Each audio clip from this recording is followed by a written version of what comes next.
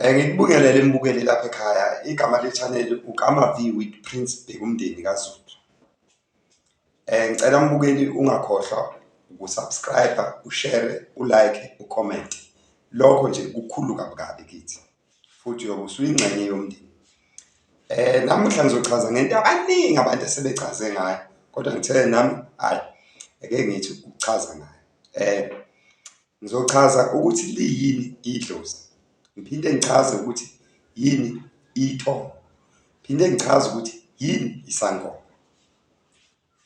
Before ngichaze ngeke ngithi ukwehlisa kancane.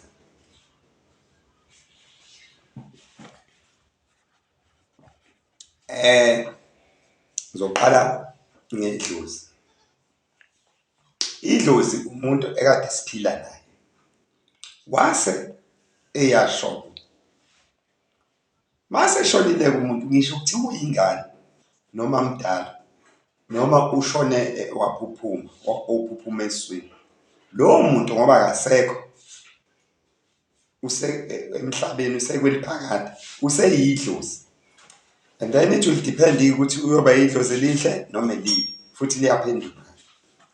Mase qedile mase ngizochaza ithongo. Ithongo abantu abasibhekile umuntu ngamunye ngamunye. Laba bantu akaze inhlobo style baphila. Umuntu nomuntu akabhekwa amathongo. Ubhekwa yithongo lakhe. Shuthu uthi mawuzala uNkulunkulu enza i-discussion namadlozi akini. Mase ukhishwa umuntu ozokubheka ngaso sonke isikhathi lapho uhamba khona uyakubheka. Shuthi ke laba abakholwayo bakubiza ngokuthi ingelosi. Mase ngicela ukuchaza isangoma. Isangoma umuntu oqhwakele yimoya yabantu abangasekho. Le moya yabantu bangasekho siyibiza ngamadlozi.